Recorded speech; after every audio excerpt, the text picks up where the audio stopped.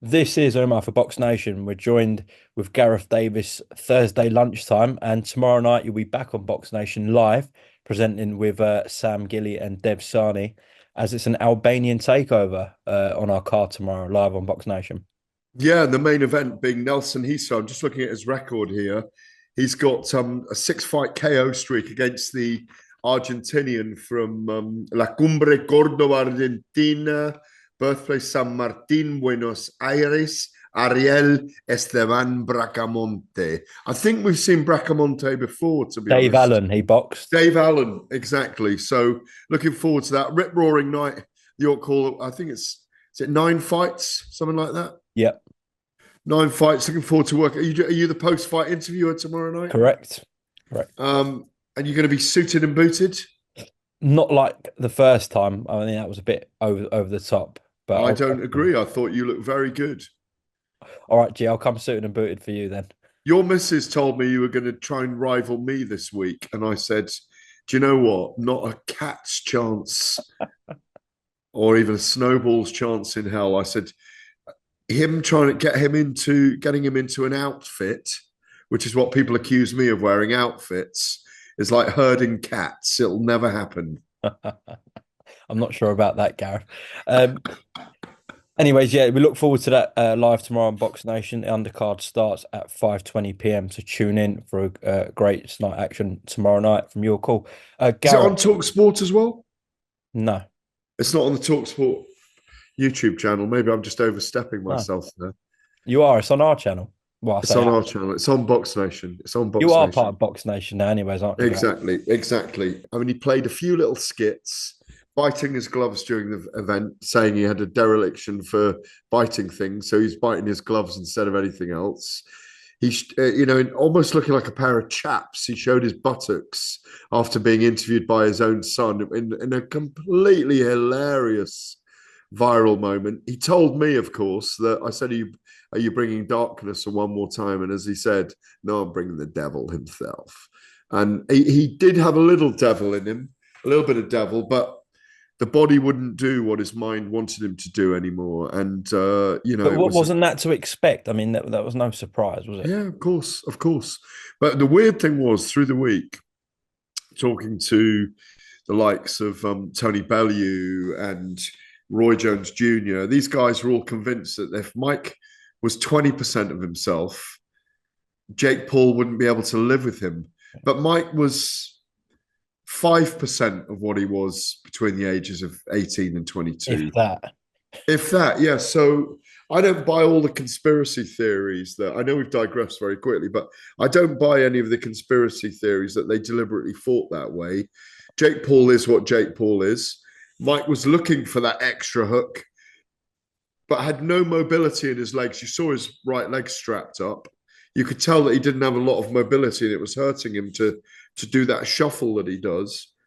But in terms of what he is as a person and his aura, being around him, and the two incredible fights on the undercard between the Mexicans Abel Ramos and Mario Barrios, and also Amanda Serrano and Katie Taylor.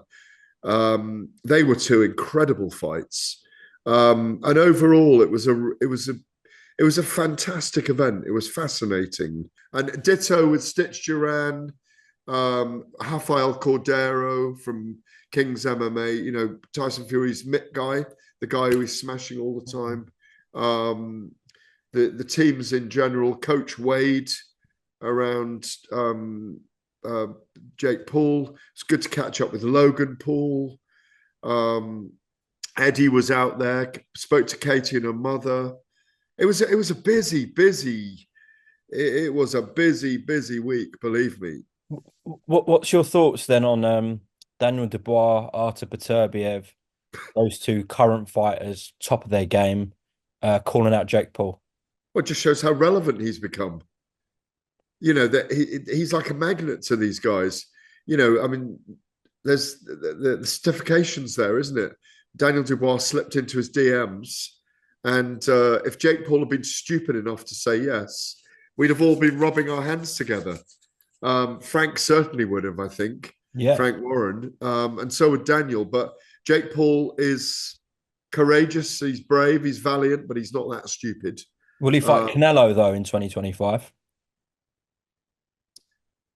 they are serious about it, and they're serious about doing it at £200, and that will be the jeopardy, I think. That they're allowed to do it open weight. I think that's the only way they do it. There's enough money to get Canelo interested in that fight. Oh yeah, there's about $500 million in that fight. Exactly. So he could do that. Jake could do that, and he could just be one more and done, another one and done. Um, Even though he's very ambitious, he told me last week he is genuinely ambitious to be in the Olympics in 2028. Do you know that in Los Angeles? Really? Okay. But, if it's a big if, it's a big if. But if the Canelo fight happens, is that like is it done with then? Do we just not see Jake Paul in boxing again in a ring? Well, I it mean, depends what happens in the fight. If they make it 8 2-minute rounds, I mean, I can't see him surviving against Canelo because Canelo will tap to get him to drop his hands and either bust his liver, break his ribs, or knock him out. I mean, the whole world would watch to see that fight. They get even bigger numbers. They get 35 million Mexicans alone watching that. It'll melt. It'll certainly melt Netflix's bandwidth, which it seems to have done already. And yeah, it's just. I mean, I know it seems beyond the bounds, but we never have thought of Mike Tyson getting in the ring with Jake Paul. Do you remember we were out in Riyadh and we first heard about it on that Friday? You yeah, interviewed me. yeah, It was on a Friday, wasn't it? It was at the weigh-in day or press conference day for Tyson Fury was a guest. It was Joshua and Nagano, I think, in yeah. March. And it almost beggared belief at the time, didn't it? Mm. So I saw an interview with Nikisa Bedarian about it yesterday, and Jake even literally mentioned it to me post-fight, just for as he was going into the press conference. I did a little interview with him for Talk Sport, and I think he's serious about it. If not him, there's a Conor McGregor fight would be very, very big as well, in my view. Has Parker Dubois been announced or not?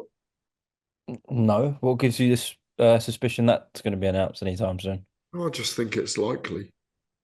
I don't think I don't know this for a fact or anything, but Well, I don't, I but I don't think keep it's going to be hearing Parker. whispers. I keep hearing whispers. Oh, okay, okay. Keep hearing whispers. Well, I think It's that either him or Feb Cabayel, isn't it? no, oh, he did pull out the purse bit with Bacoli, so you might be onto something there. I'm not sure, but I just know that Feb 22nd card's very close to being done. Cabayel. If you were choosing for Dubois the harder fight, it's definitely Parker. But over Caballero, Yeah, yeah. it's not much in it, is it? I mean, No, there isn't much in it either. I'll let you ask the questions. I'll just give the answers. It's your channel. if it's not Parker or Caballero or Bacoli, who would you like to see Daniel win with? I mean, it doesn't leave too many options.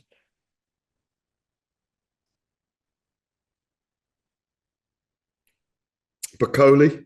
I said apart from Bacoli, Caballero, Parker. Sorry. I thought you meant apart from No, Parker. Parker, Jake, Cabayel, Bacoli. Who Jake else? Paul. F.A. Jagba. That's not a bad shout. He's ranked with the IBF as well, F.A. Jagba, Guido Vianello. and he's ranked with the IBF. It could be any of them, really. Yeah, yeah. But not Anthony Joshua. That ain't going to happen. No, definitely not in February. No. No. Okay, Gareth. I know you got to go. It's 2:19. You got to go at No, 2:20. no, I can do 5 more minutes. Apologies. Go Where are on. you going? I've got swimming at 2:45 and it's a 20-minute drive. Right. No, you normally what do you normally do? Paddle around, don't Paddleboarding. It's too fucking cold for paddleboarding. You can make that the headline if you want.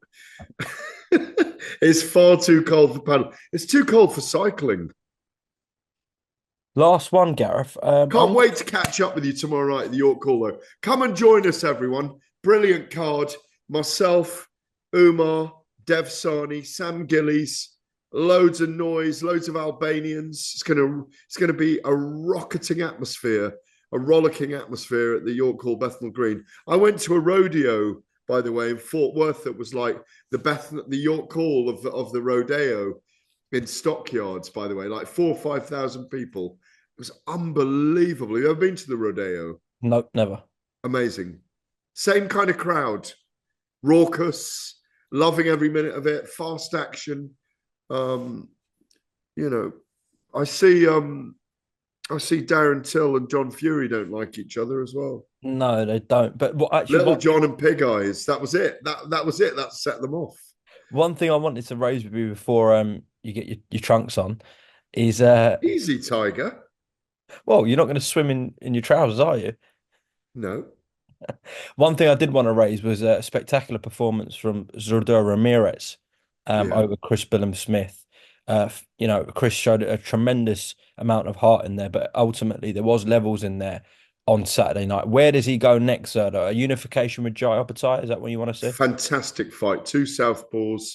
Zerdo's got enough tricks up his sleeve. I see Jai Opetaia as the favourite, but he had an extra gear to Chris. He was always one step ahead of him. Having said that, though, wow, what a courageous, brave, extraordinary fighter Chris Billam-Smith is. Mhm. He never gave up. Broken hand, broken thumb, the cuts. Was it ribs as well? I mean, he's unbelievable what he can go through, that man. But Zerdo is a very smart fighter. I think Jaya Pataya has naturally more power, and that might be the thing that really tells in that fight. But yeah, let's go for it. Let's get it's the undisputed. Be brilliant. I'm going to put you on the spot here as we close off. So a 5v5 between Golden Boy and Matchroom. I'm going to give you the 5 fights, and then I want you to pick what company wins, okay? So we'll start with Zerdo and Jai.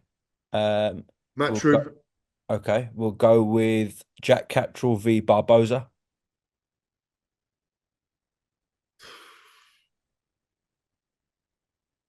Matchroom. Virgil Ortiz Jr. v Jaron Ennis. Well, hang on. Who Virgil is He's with Oscar, isn't he? Virgil. he's with Oscar. God, that's a hard pick.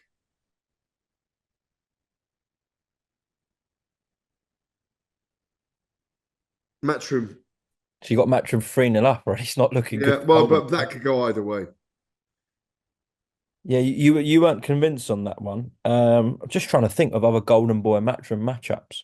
Can you think of any? That's Oh, three. you have put me on the spot there. My brain.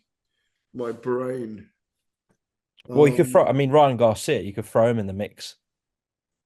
Garcia against Haney. Well, Haney's not with Matchroom, but I'm sure Eddie could do a one-off deal with him. I'm going Garcia again. Okay, interesting. And I can't actually think of a fifth one. There No, might. Oscar against Eddie. Oscar, Golden Boy. Well, Eddie said, "Yeah, get the fight made." When I spoke to him on Saturday night, on Friday night in Dallas, I said, "Are you going to fight Oscar?" He said, "Yeah, get it made," and walked Hmm. off. And Oscar tops off the bill by knocking out Eddie, but it does the biggest viewing figures outside Jake Paul and Mike Tyson. Oh, I forgot one. Yeah, A great fight actually. Shakur v William Zepeda. Shakur just on points. So you Eddie, basically what you're I got saying. Matchroom 4-1, You got Matchroom in a clear lead there. but it Okay. could be 3-2 with Ortiz and Ennis. Yeah, Okay. G, enjoy your swim, and I'm sure I'll see you soon. We'll see you tomorrow.